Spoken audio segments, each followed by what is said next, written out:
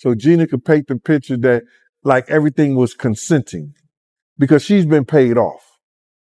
And this is the one that disappeared, right? Yeah, this is the one who disappeared. This is the one who they could get her. There's nowhere she could go that the federal government, if they want you, that you can't be got. You understand what I'm saying? If the federal government wants you that bad, you'll be gotten, bro. It's too much technology, photo imaging. There's nowhere she could go. Ellen DeGeneres and her wife, Portia de Rossi, have reportedly fled the US, bound for the UK. Any word of advice to the Hollywood celebrities? Some of them, we're pretty close friends of Diddy, who seemingly are fleeing the nation, never to return. Ellen DeGeneres is one who called P. Diddy, Cuddle McSnuggle. We actually have the tweet. I think with Killer Klein, we have the tweet. Yeah, we have the tweet. She's gone. According to her publicist, she's never returning. There seems to be a pretty amazing, overlay of people who are associates with Jeffrey Epstein or Diddy who happen to have now fled the country. As Diddy's explosive federal trial enters its second week, the silence around him is starting to speak volumes. Where are the celebrities who once lined up to stand beside him? No more red carpet photos. No Instagram tributes. No late-night phone calls. Just vanishing acts. Flights out of the country. Phones off. Publicists in lockdown. And now, Gene Deal is speaking louder than ever. The former head of Bad Boy Security. The man who stood beside Diddy before the platinum plaques, the Love rebrand, the Empire. He's not just a critic, he's a witness. Gene's been sounding the alarm for years, claiming the public only saw the polished image, not the dark rituals, the manipulation, the paranoia beneath the surface. Most ignored him. Until now. With the courtroom finally peeling back decades of silence, Gene sat down and dropped a chilling bombshell. Some of the biggest names in hip-hop and Hollywood, they're not just quiet. They're in hiding. Gone dark. Why? According to Gene, they know too much. He warns, the feds could find them if they're not already bought off or too terrified to speak. Because when the secrets start unraveling, everyone's afraid of getting dragged down next. And topping Gene Deal's list of sudden celebrity vanishings? A name absolutely no one expected. Ellen DeGeneres. Yes, that Ellen. The smiling, dancing queen of daytime TV. The woman who built an empire on kindness until the mask slipped. But this isn't just about a toxic workplace scandal anymore. So she testified that to the abuse, but also testified that the people who was involved, who came to always to clear his from the company. He uses employees to cover up his wrongdoings. KK, D-Rock, George. So that's what she testified to. And she did a great job. Yeah, that's sad, man. Like if he did all that, man, that's perfect. Bruh, it's more to come, bruh. Because what the prosecution or the defense trying to do, the defense is trying to you still got Gina, and the prosecution or the defense was trying to tell the prosecution, well, she's not a witness, she's not a witness. They want the prosecution to hurry up to bring Gina in so Gina could paint the picture that like everything was consenting because she's been paid off. And this is the one that disappeared. Yeah, this is the one who disappeared. This is the one who they could get her. There's nowhere she could go that the federal government, if they want you, that you can't be got. You understand what I'm saying? If the federal government wants you that bad, you'll be gotten, bro. It's too much technology, photo imaging. There's nowhere she could go. She's Asian, you know what I'm saying, half Asian or whatever like that. She might like Chinese food, rice or whatever like that. She got to go somewhere to get something to eat. You know what I mean? It's crazy, bro. So now she come and she testified in behalf of Diddy, they want the prosecution to bring her in. They know she's a hostile witness. You understand what I'm saying? I don't want to be here, this, that, and other. She made a post, I'd rather be in Chanel and all this other shit like that. That's the girl who took off the payment. She took the $2 million payment from Diddy and them when she got on Tasha K. I think Diddy may have gave her $2 million or something like that. Got her in school, gave her an apartment out in LA, still was messing with him. Come on, man. Brainwashed. But she did talk to the federal government.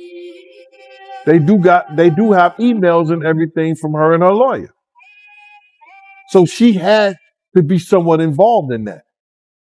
You understand? It's a lot of stuff. They said they got 6 more weeks of testimony. So they're going to start bringing it in and they're going to keep tying this RICO. They're going to keep tying this racketeering because they are now ready to take down Combs Global. Tie that to Bad Boy and show whereas that he's using his money and using his funds to do criminal.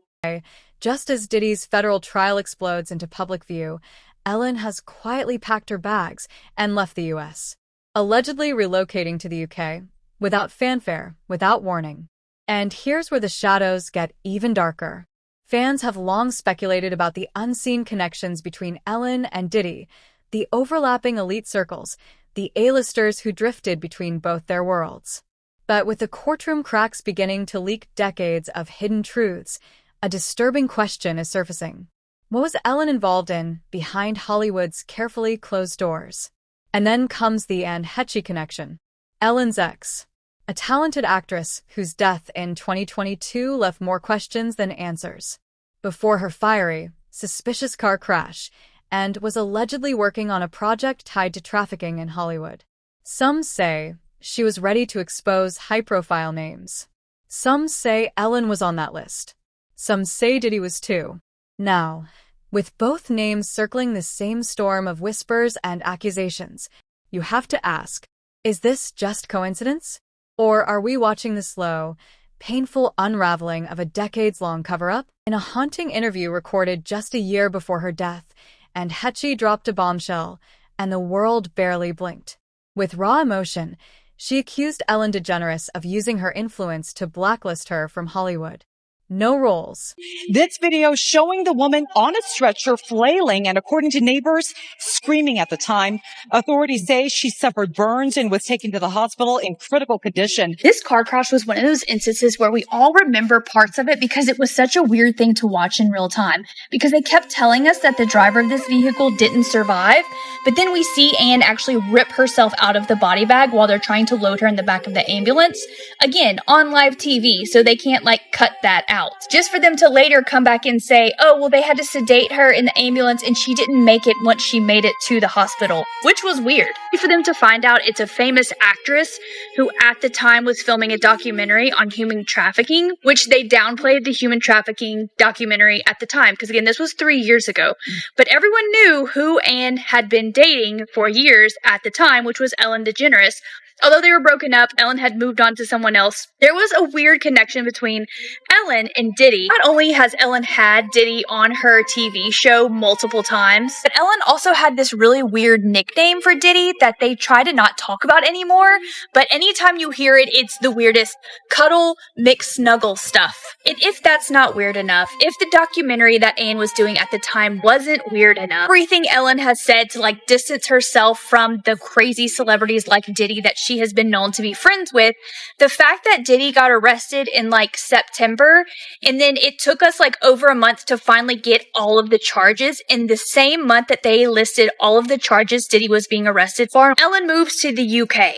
Not only does she move to a different country, she almost seems to be going into hiding, because now the only pictures we get of her are these super grainy pictures where she literally has cut and dyed her hair. That's right, Ellen DeGeneres no longer has the blonde hair that she is literally known for. She is changing her appearance and her looks in the United Kingdom. What is she saying her reason for leaving is because of Trump? But if you look at the timeline of her leaving, this was a few years after her ex-partner passed away, and the same time Diddy is starting to get in trouble for all of the horrendous things he's been doing. Maybe I'm reaching with all of this Ellen DeGeneres lore, but this, along with Ellen's history with Diddy, the super weird nickname, the documentary Anne was making, the timeline in which Ellen leaves the country and then changes her appearance, just screams to me guilty of something. No callbacks. Total erasure. And not because of a messy breakup, but because, and according to her, knew too much. And wasn't just another actress. She was bold, unfiltered, and as the years passed, she began to speak more freely about what she had witnessed behind closed doors, in the same elite circles that included both Ellen and Diddy. Circles that, to many, have always felt untouchable. But then came her death. A high-speed crash. A fiery explosion. Paramedics zipped her into a body bag while she was still alive. And the footage? Chilling, and trying to escape, as if she knew something wasn't right. Add to this the fact that Anne was working on a film centered around child trafficking, a project many believe was far more personal than just another role, and the internet lit up with one question. Was Anne Hetchy silenced? Was her crash just an accident, or the price of knowing too much? Because when powerful names are involved, accidents stop looking like coincidences. Ellen may have stepped out of the spotlight, but her old show? It's starting to feel more like a crime scene than a talk show rerun. Clips once played for laughs now hit with the weight of a loaded secret. Especially one moment, the kind of blink-and-you-miss-it exchange that now sends chills down your spine. Diddy sits on Ellen's couch, flashing that classic grin, and suddenly, he jokes about airing Ellen's tape. The audience getting to the Ellen moment of my understanding in pop we're culture. talking about Ellen? Yes, apparently she has gone off to Africa to join her gorillas in a peaceful retreat. So now, here's the Well, thing you know about her show that. is off. Do you know that much pop culture? I did know, but what I'm feeling is that finally she's enough away that I'm starting to be able to breathe again. Really? It's like it's like fresh air a little bit. Do you know what I'm saying? Okay. I think that's another show. But I have to say, there is a moment that I feel like, well, you know what I feel like with Ellen in Africa? I feel like a little bit like a new man. That is definitely a soundbite. That's why I wrote it. But okay, we're going to talk about this, I guess. So, well, I mean, I don't know what else to talk about. The fact of the matter is, every single person wants to know what I'm thinking about people Ellen are in this asking time. all the time, and we're always it's not like, saying anything, so we're going to say something, it looks like. All right, well, what are you going to Let's say? go. Well, I mean, I'm glad she's in Africa. I'm going to say that her show is off the air, and we're finding now people coming to us, and we're getting information about how she blocked you in ways that we had no idea. Oh, please extrapolate.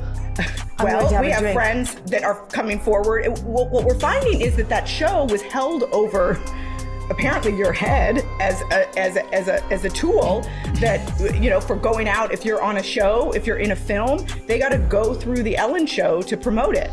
And guess what? It's unpleasant. Ellen blocked you from the show. And everybody knows that. So much so that friends of ours who have gone on the show have told us that they have been told specifically in the green room before they go on the show not to bring up your name. Well, here's what's interesting, how powerful my name will make it quake. Like our voices. It can, actually. But Ellen, she freezes. The smile drops. Her back stiffens. Her eyes dart fast. Like someone who just got threatened in front of millions. We all missed it. Too busy clapping. Too blind to the power dynamics playing out right before us. But now we're looking back and seeing the signs for what they were, red flags hidden in plain sight. Because it wasn't just playful banter. Behind the scenes, Ellen was reportedly attending Diddy's real parties. Not the public galas, not the charity auctions. The private ones. The ones former insiders like Jaguar Wright and Gene Deal have warned us about for years. The freak-offs. Where cameras weren't allowed, but secrets were born. And the question becomes unavoidable. What did Ellen know? What did Diddy have on her? And how many more of these clips will resurface as silent witnesses to a truth the world is only now beginning to uncover. You remember that episode, right? Ellen, grinning ear to ear, yells, "Diddy, come on out." And out he comes, dancing, smiling, in front of a group of little kids dressed for Halloween. At the time, we all laughed. It was quirky, unexpected, classic Ellen. But watch that clip now, and it feels downright disturbing. Because that surprise guest, that... All right. We go so far back. You don't tell these people how far back we go. I know, but I wear T-shirts. I don't know what that means. Anyway, all right. Let's... do all that. Okay. All right. I got this team to the joke. I don't want no problem. What? Hey, so, cheers. That guy heard everything.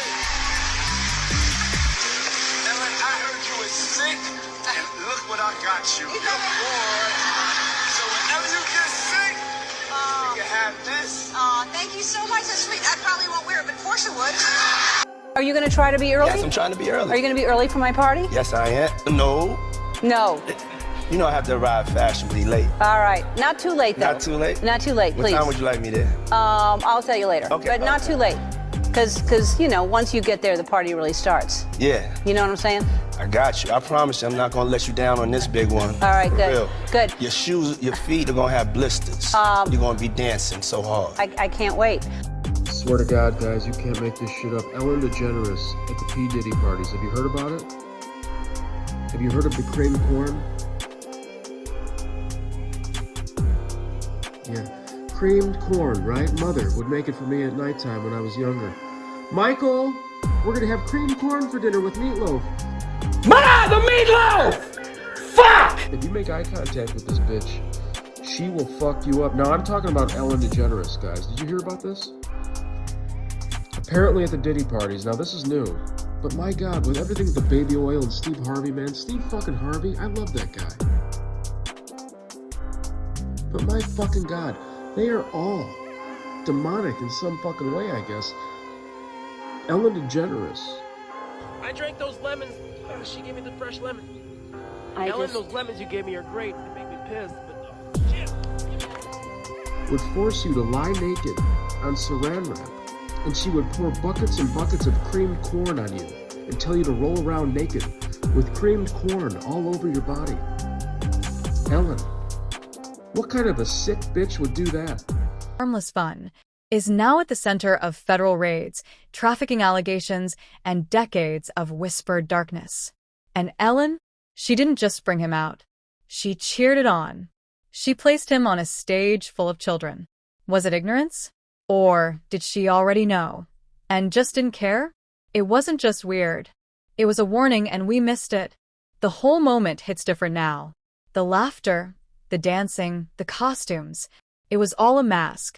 And behind it, something far more chilling than any Halloween special. Ellen may have left the country, but she's far from the only one ducking the spotlight.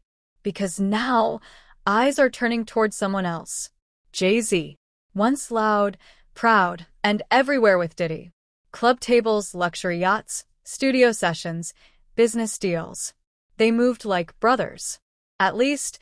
We're back with the kids from the nonprofit Fighting All Monsters. Now, you know that Diddy is going to see this at some point, so do you want to talk to him? Do you want to tell him something? Thank you for posting the video and sharing it, and we're all bad boys for life. That's right.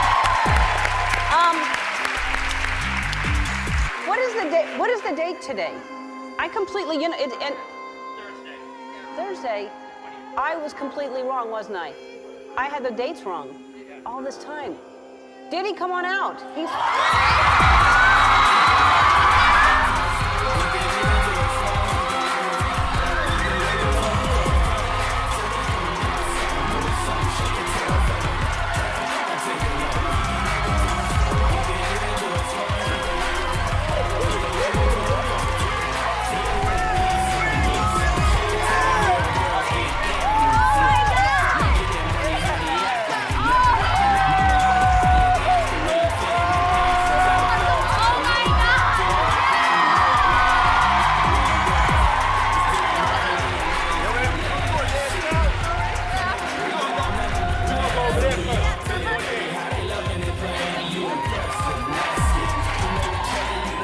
Former Bad Boy security chief Gene Deal remembers. So what happened? Now, with lawsuits stacking and names being named, Jay-Z's voice? Nowhere. He's gone from front row friend to complete silence. Except for one time. When his name was mentioned in a legal filing, he spoke out briefly. Then nothing. Gene Deal asks the question everyone's thinking. If they weren't real friends, why was Jay's name even in the paperwork? Why has he distanced himself so publicly now, when he was so close then? But here's the twist, and maybe it's the most human part of all this. Jay-Z has a family. Blue Ivy. The twins. Kids now growing up, old enough to read headlines, hear rumors. So maybe this isn't about guilt. Maybe it's about survival. Maybe silence isn't an admission, it's protection. Because in this storm of exposure, some people aren't running from the truth. They're hiding their kids from it. When it comes to Jay-Z, Gene Deal didn't bite his tongue, not even a little. He dropped secrets so deep. From your point of view, was they really friends or no? How close was Diddy and Jay-Z?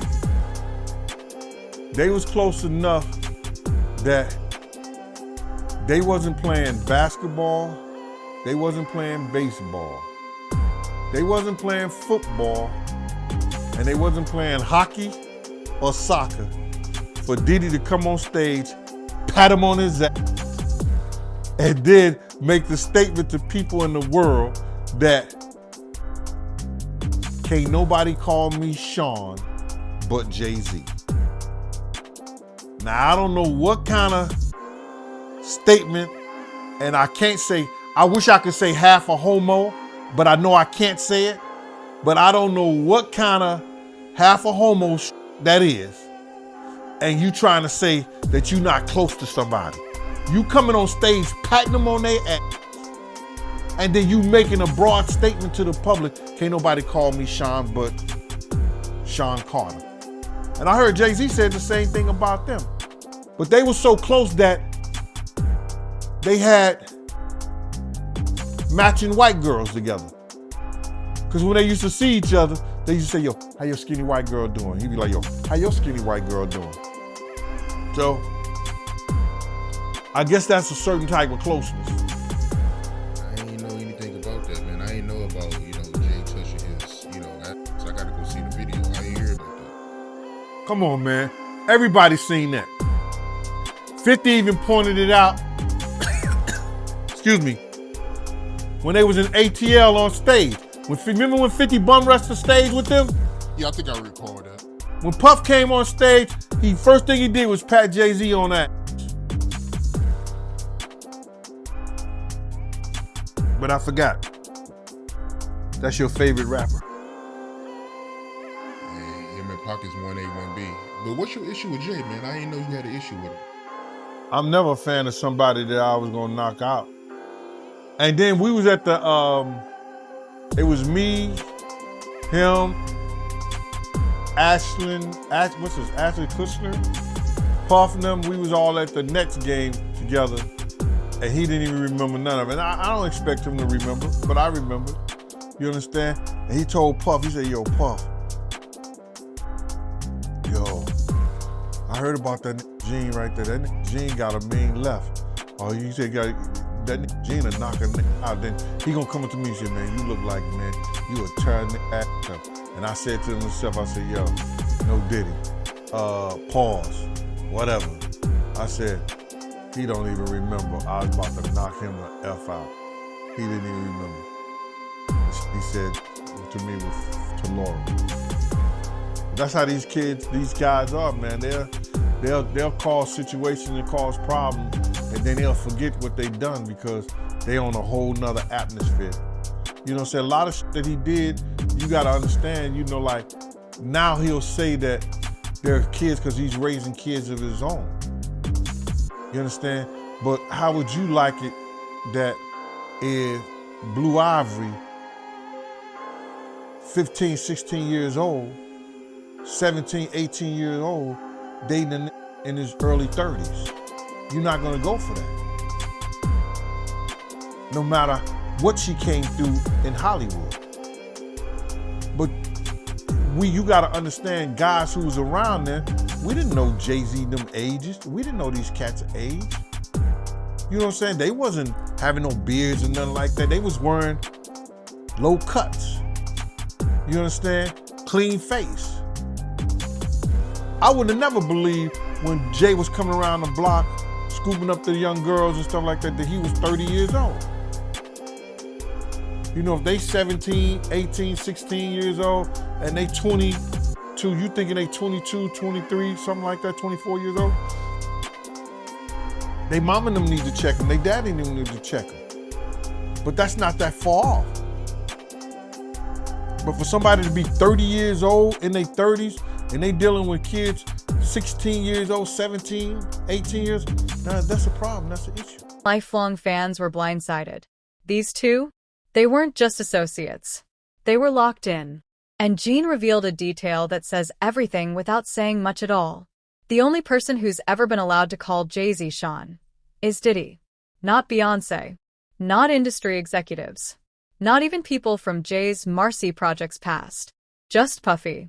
Let that sink in. So now, when Jay's legal team comes forward to claim they were never that close, Gene says that's not distancing. That's damage control. And then comes Gene's brutal truth. These celebrities aren't just hiding out because they're scared of getting exposed. They're protecting billion-dollar brands. Names like Jay-Z, Beyonce, and even Ellen, they've spent decades polishing public images. Family first. Clean. Powerful. Profitable. But Diddy's scandals? They're radioactive. Even a whisper of association can bring everything crashing down. Sponsorships pulled. Brands canceled. Fans betrayed. In today's world, it doesn't take guilt, just proximity, to destroy the legacy you built. And Gene's message is crystal clear. In the court of public opinion, being close to Diddy is enough to get burned. So, if the silence seems strategic, according to Gene Deal, the rap... They ain't denounced him. They ain't definitely, they can't come forward and say, yo, I support him. Because it would mess up their brand.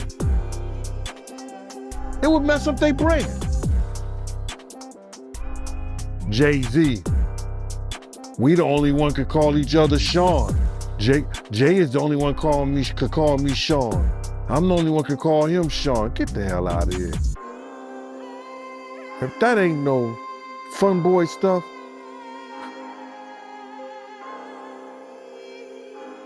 but you ain't had not one person, brother, not one person sit there, denounce what he did, or come forward and say, I support him. Yeah, it's crazy, man. Nobody haven't came out to support him, man. Not one person outside of Stevie J. Stevie don't count, bro.